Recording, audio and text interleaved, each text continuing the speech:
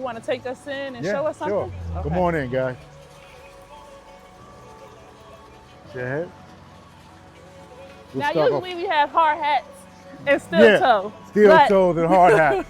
Here's John, the man, makes it all Hi, happen. John.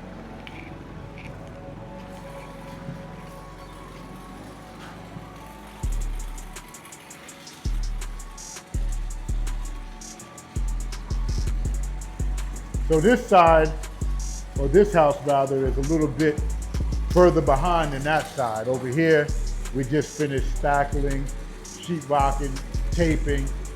So now we're finishing that up, put on the second coat. We'll be standing here soon and then hanging up our doors and stuff. We got our floors in already. I know a lot of people try to say, oh, you do the floors last. We finish them last, but we put them in during the process because again, they're unstained, and then we come in and we finish them already in versus trying to lay them at the end, and you know, sometimes that causes an extra problem. But so. And what take a room are look. what were we standing in today? What room would this Oh, be? this right here, I believe, is the kitchen slash open room. So it's like you Okay. walk in, I believe the kitchen area is gonna be there.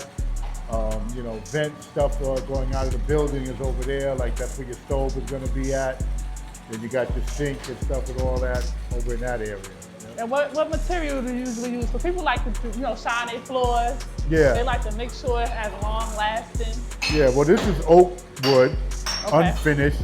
It's 2.5 inches wide, which is the wider, more modern look. You know, older floors had more of a thin look, maybe like 1.75 inches, but these are 2.5 inches wide.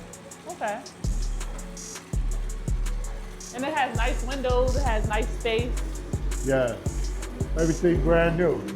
You know, it takes a lot of the guesswork out of it when you just do it brand new. You know, I did rehab for many years, and developing new is a lot better. It takes longer, but in the end, it's a lot better.